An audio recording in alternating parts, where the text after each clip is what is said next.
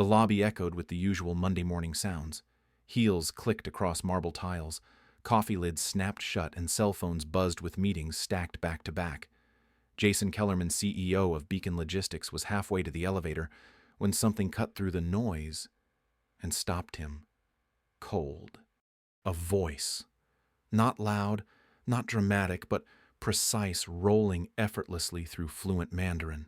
He turned instinctively, expecting to see one of their international consultants, but what he saw made him blink. A janitor. A woman in a faded burgundy uniform mop handle, resting in one hand, speaking calmly to a confused older visitor near the touchscreen directory. Before he could fully process it, she shifted into flawless Spanish, helping a delivery driver with a clipboard.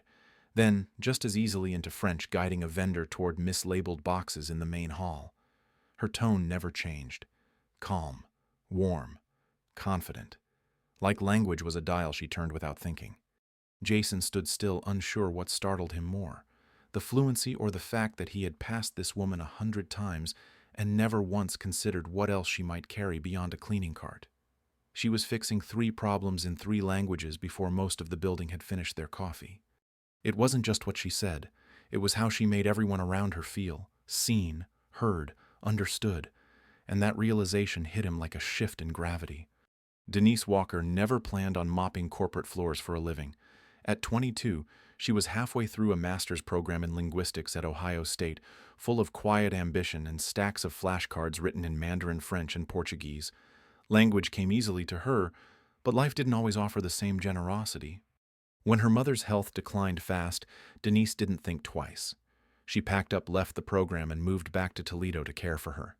The plan was to pause, not quit.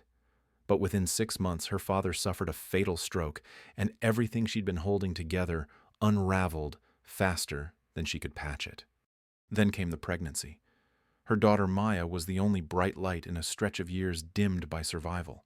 There was no partner in the picture, just Denise, a crib from a neighbor, and a list of part-time jobs that grew longer as bills piled up.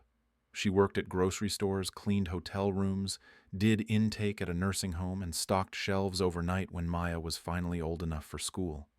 Beacon Logistics came into her life not through an application, but a chance conversation at a gas station with a woman named Regina, who happened to supervise the custodial night crew. Denise took the job the next week. It offered quiet hours and just enough pay to keep the lights on. What it didn't offer in dignity, she carried herself. She arrived each night in worn sneakers and a burgundy polo earbuds tucked into her collar, listening to news broadcasts in Swahili or revisiting German grammar. When other janitors took smoke breaks, Denise flipped through dog-eared textbooks she'd found at thrift stores. When they scrolled social media in the break room, she read side-by-side translations of ancient Latin poetry. Nobody asked about it. Nobody really noticed. Sometimes while wiping down conference tables covered in empty coffee cups and forgotten agendas, she would silently translate the posters on the wall. Words like synergy and innovation spoken in languages no one expected her to understand. It made her smile a little, but only to herself. She'd never stopped studying. She couldn't. Languages had become her anchor. Even when everything else felt unstable, confusing, or painfully ordinary, they reminded her she still had a part of her old self intact. She practiced not because she hoped to impress anyone, but because it made her feel whole. To most people in the building, she was invisible. A quiet woman who kept to herself, moved quickly, and didn't complain when someone spilled coffee and didn't apologize. But Denise wasn't bitter. Life had just happened faster than she could plan. She did what needed to be done, and she did it well. Every night after her shift ended and Maya was already asleep, Denise would sit at their kitchen table with a worn-out laptop and a mug of chamomile tea. She'd pick a random article in a new language and translate it by hand, line by line. It wasn't glamorous. It wasn't even necessary. But it was hers. People didn't know that about her. They didn't see the hours, the sacrifice, the sharp mind beneath the quiet eyes. But Denise didn't expect them to. She wasn't waiting to be discovered. She just didn't want to disappear. Beacon Logistics towered over downtown Houston like a monument to ambition. 47 floors of brushed steel, soundproofed glass, and moneyed silence. Inside, the elevators whispered closed on leather-trimmed panels while keycards opened doors to offices where time was measured in strategy and second-guessing. During the day, the building pulsed with power. Sharp heels tapped across polished stone espresso machines hissed behind frosted glass, and meetings unfolded in sleek rooms with names like Apex and Momentum. The people who worked there wore slim watches and subtle cologne. They talked in acronyms and moved like the world depended on them being 5 minutes early. At night it changed. The lobby emptied. The espresso machines went quiet. The only sounds left were the squeak of wheels on a janitor's cart and the faint hum of climate control. That's when Denise walked in, nodding to security, slipping on her gloves and unlocking a closet most executives didn't know existed. She pushed her cart down hushed hallways where the walls still smelled like furniture polish and expensive deals. Conference rooms were ghostly now, their glass walls reflecting only her and her bucket. She'd clean whiteboards filled with half-erased formulas and mop around chairs that had hosted strategy sessions nobody would remember in a week. Nobody greeted her. Nobody paused in the morning to ask who folded the paper towels so evenly or who replaced the water jugs before they emptied. Her job was to restore order and vanish before the next shift arrived, and she did it without bitterness. The contrast wasn't just visual, it was structural. Everything about the building spoke of order, precision, and distance. Even the plants in the executive suite were selected to survive without much attention. The art on the walls featured abstract metal structures, all sharp lines and no softness. Denise moved through it like a shadow, yet she saw everything. The forgotten takeout boxes, the way some desks stayed untouched for days, the whiteboard scribbles in Mandarin that someone had clearly copied from Google Translate and gotten wrong. She noticed the details others missed, not because she was paid to, because it was in her nature. The elevator she used didn't go past floor 20 without special clearance. She never expected it to. Her world stayed tucked between basement storage and floor 18 quiet corners where no one fought for credit or attention. There was something honest about it. No pretending. Still, she wondered sometimes what it would be like to sit at one of those long glass tables and actually speak. Not just clean up after the conversation ended, but be part of it. She never said it out loud. But when she practiced her languages under her breath, when she corrected the syntax on discarded memos in her head, the thought lived there. Beacon's brilliance was real, but so was its blindness. The people with the titles didn't always have the insight. The people who passed through unnoticed sometimes held more understanding than the ones who led the meetings. And one evening, long after the last conference call ended, that imbalance started to shift. Quietly, without warning, because someone finally heard her. The elevator ride was quiet. Denise stood beside Jason Kellerman, hands folded in front of her eyes, fixed on the glowing floor numbers. She had passed this man in the halls more times than she could count. This was the first time he had looked her in the eye. He held the door for her as they stepped into the executive suite. The floor smelled different. Citrus polish and money. She noticed the tray of espresso cups on the credenza, the framed photo of two teenage girls on the shelf. She said nothing, just followed his lead into the office. He gestured to the chair across from his desk. She sat slowly, her hands resting in her lap, her back straight posture still like she was being watched. She was used to that. Being seen, but not really seen. Jason leaned forward a little. His voice was calm, curious. He asked how long she had worked there. She told him. 13 years. Night shifts mostly. Then he asked the question he really meant to ask. How does someone like you end up here? She looked out the window for a second. The skyline was just beginning to glow with morning. She let out a quiet breath. You got time for the truth. He nodded, so she gave it. She told him she was born in Toledo, only child of a pipe fitter and a nurse's aide. They didn't have much, but they believed in education like some people believe in church. She got a full ride to college, studied linguistics, was halfway through grad school when her mother got sick. Her voice stayed steady, but her hands rubbed together softly like warming up the words. She came home to care for her mom, thought it would be a semester off. Then her dad had a stroke. He died before the year ended. Everything fell apart in pieces. She took what work she could, got pregnant. The man didn't stay. She didn't have time to be angry about that. She had a baby, and rent, and no childcare. She worked wherever someone would take her. Grocery stores, daycares, cleaning offices, nursing homes. Eventually, someone she knew at Beacon offered her a night janitor job. The hours worked. It let her pick up her daughter from school, pay bills on time. That was all she needed then. Jason listened without interrupting, not nodding out of sympathy, but out of attention. His fingers tapped gently on a notebook in front of him, but he wasn't writing yet. She added that she never stopped learning. She borrowed language books from the library, streamed foreign news on her old laptop, translated newspaper articles just to stay sharp. Some nights she would record herself speaking and listen back, correcting her tone. He asked how many languages. Her answer was plain: Mandarin, Spanish, French, also Portuguese, German, Arabic, Italian, Swahili, and Latin, though she didn't really count that. He blinked, visibly taken back. She didn't say it to impress him. There was no pride in her tone, just truth, straight as a level beam. He sat back slowly, his jaw clenched, not in frustration but something else. Guilt, maybe. Surprise. Respect. She looked at him then. Most people never ask, she said. They see the uniform. And they assume. That word hung in the air like a thread pulled tight. Assume. He didn't rush to speak. The silence filled the space between them, heavy but not uncomfortable. It wasn't pity he felt. It was recognition. And maybe a little shame that it had taken him this long to see what had always been right there. She told him she wasn't bitter. Life had happened. She did what she had to do. She still does. But he had asked, and so she answered. He picked up the pen and scribbled something in his notebook. She didn't ask what. Not yet. She didn't know why he had called her up here.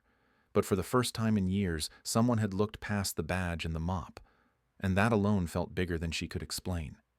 The morning after her meeting with Jason, Denise got a call before her shift even started. They needed her upstairs.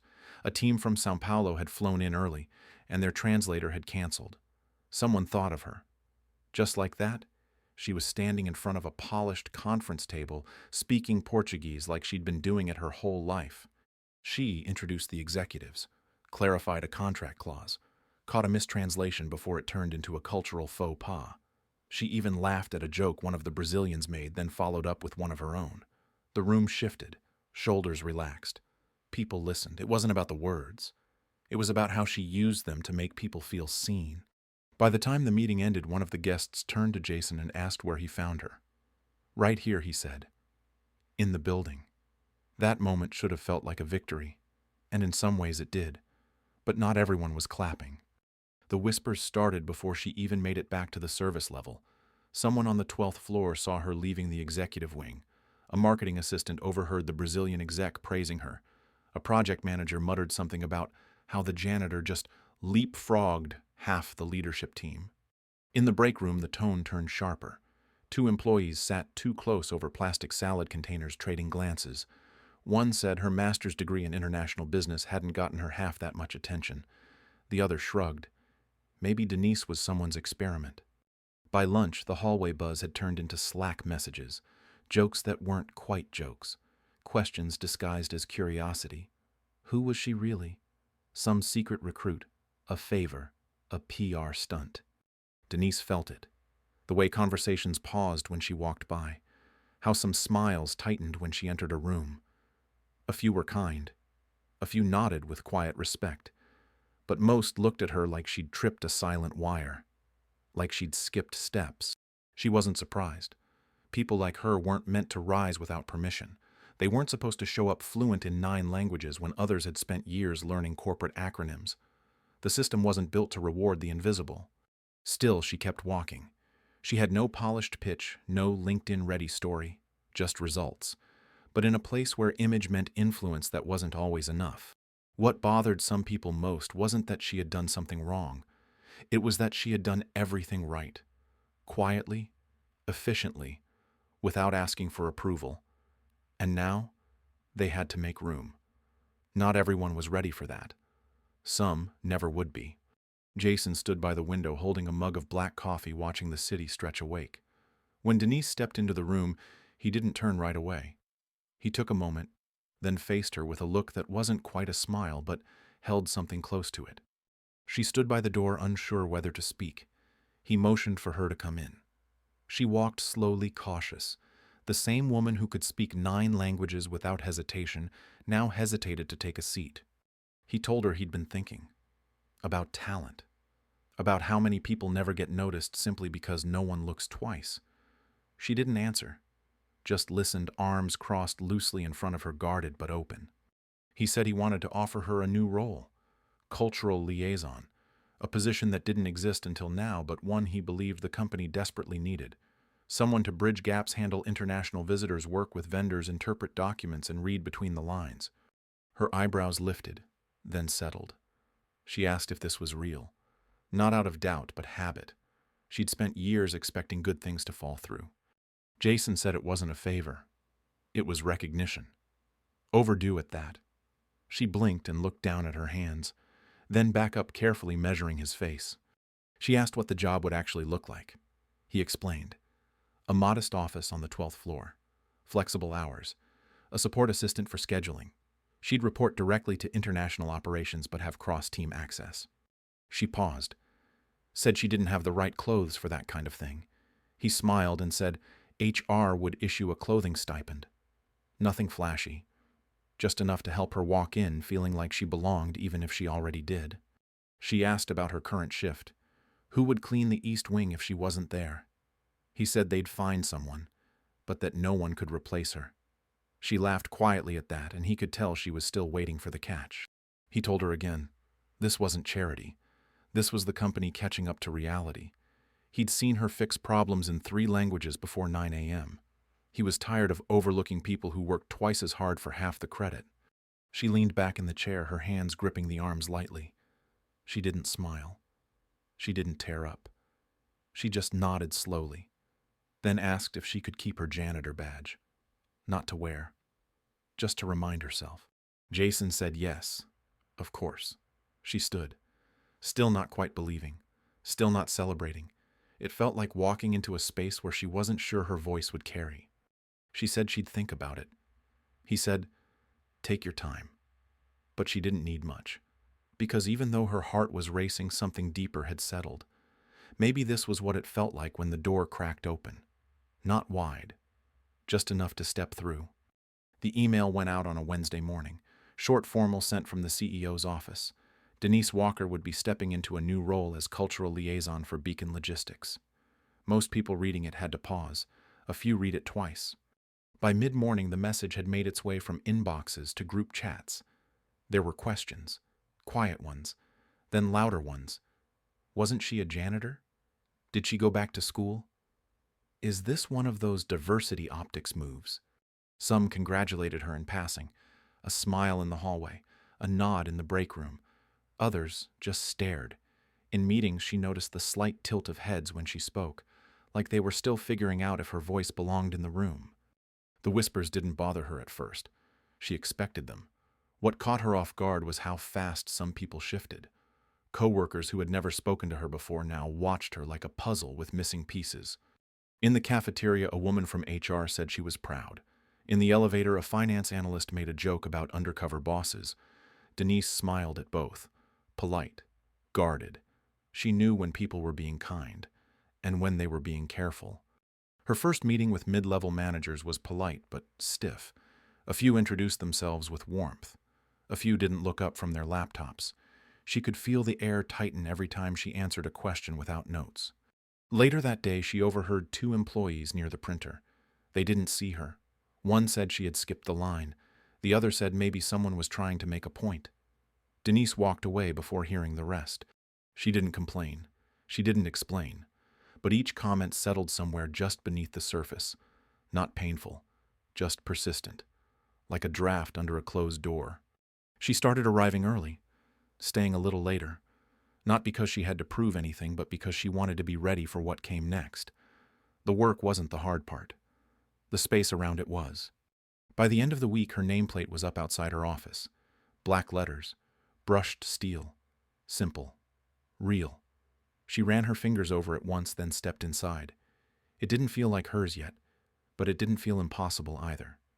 The conference room was too cold, too formal, and too quiet. 4 Moroccan delegates sat at the far end of the table, their suits impeccable, their expressions guarded.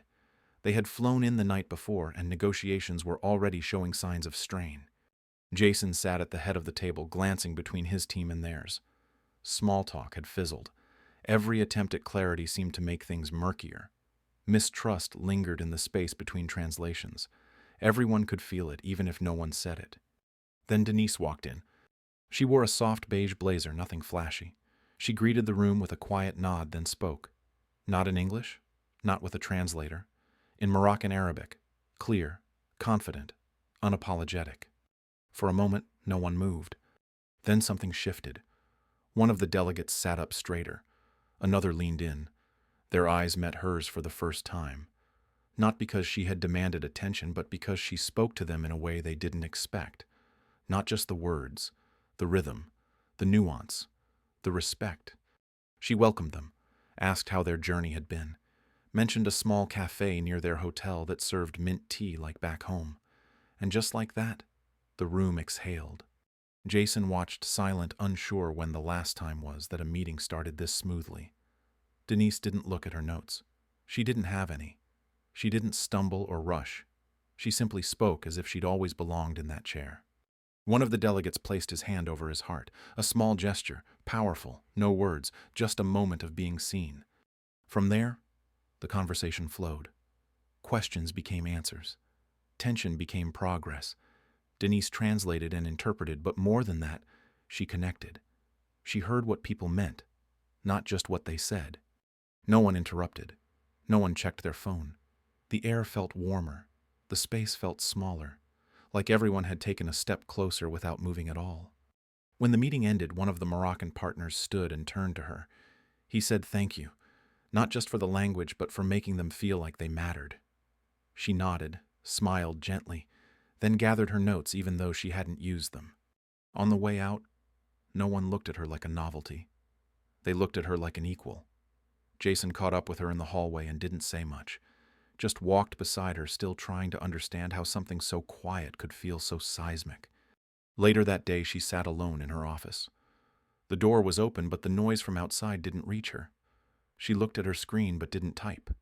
She just let the weight of the day settle in her chest, warm and unfamiliar. Not pride exactly, not relief, just something solid, like a foundation finally being poured after years of waiting for permission. In that room, something had changed, not just for the company, not just for the deal, but for her. She hadn't raised her voice. She hadn't made a speech. She just showed up and spoke fluently, in their language, on their terms. And that had been enough. The conference room on the 17th floor felt colder than the others. The windows stretched wide, but the view didn't soften the tension inside. Denise sat across from Eleanor Craig, a longtime board member known for her sharp instincts and sharper words. Eleanor didn't waste time. She opened a slim folder, glanced once at Denise, then started listing facts. No college degree, no certifications, no formal training in corporate diplomacy. She asked how someone with that resume now represented the company to foreign partners. Denise didn't flinch. She let the question hang for a moment, then met Eleanor's gaze. She said she understood the concern. She would have asked the same question if the roles were reversed. Then she listed her own facts. She had resolved 2 vendor disputes in less than a week, identified translation errors that had cost the company thousands, reopened stalled negotiations in Morocco that had been frozen for months. She spoke with calm, clear precision. No bragging, just data. She said she hadn't needed a degree to do that, just fluency, cultural literacy, and attention to nuance. Eleanor pressed harder. She said the optics looked convenient. A janitor becomes executive. A perfect headline. Denise responded evenly. Headlines fade. Results don't. She wasn't here for a moment. She was here because she'd made things move. There was no anger in her voice, just weight. She said she didn't need to be liked, but she needed to be useful. And she was. Eleanor sat back, folding her hands. The room grew quiet. Denise didn't fill the silence. She knew better. She let her presence speak for itself. Finally, Eleanor closed the folder. She didn't smile, but her eyes softened for a beat. Denise didn't mistake it for approval. She didn't need it. When she left the room, she didn't look back. The floor beneath her feet didn't feel like enemy ground. It just felt earned. It started quietly. No big rollout, no press release. Just a short email from Denise introducing a new internal program called Voice Inside, a mentorship and training initiative aimed at uncovering hidden talent across departments, language workshops, cultural sensitivity sessions, and one-on-one coaching for employees whose names had never reached the upper floors. She didn't build it alone. She worked with HR operations and a few interns who had stories not so different from hers. They helped shape the sessions, translate materials, and recruit participants from security, janitorial, and kitchen staff. Within weeks, the sign-up list doubled. People began to stop by her office not just to say hi, but to ask for advice. Some wanted to learn how to say good morning in 5 languages. Others just wanted to feel heard. She always made time, always listened, because she knew what it felt like to go unnoticed. One intern Bao, a quiet kid with shy eyes and a strong accent, asked her how she learned so many languages. She smiled, told him one word at a time. "Same way you will." He smiled back, and for a moment the space between them felt smaller. Later that spring, she was invited to speak at a logistics leadership summit in Cincinnati. The room was full of suits, but she didn't wear one. Just a soft navy dress and her old shoes, polished but familiar. She stepped to the mic and told her story. Not as a rise from nothing tale, but as a call to look again, to pay attention to the people behind the scenes. She ended with a simple truth. I was never just a janitor. The room went silent, then stood. Applause rolled in like a slow wave, quiet at first, then full. Back at the office, her nameplate had been mounted just outside the main training room, the Atwater room. It didn't need an explanation. People understood. That afternoon, she found a note on her desk. No envelope. Just her name in thick block letters. Inside, a single line written in careful handwriting. I used to think I'd be invisible forever, but today I stood a little taller because of you. No name. Just proof that someone had been watching. Someone who needed to see what was possible. Denise sat with that note for a long time. Her fingers pressed the paper not to fold it, but to feel the weight of what it meant. She didn't cry. She didn't need to. This was the life she'd built, one quiet day at a time. When she left the office that evening, the sun was low behind the city skyline. She walked past the glass walls, past the elevator she once thought she'd never ride, and stepped out into the warm dusk. Her steps were steady. She didn't rush. Because this time she wasn't cleaning up after something. She was walking toward it.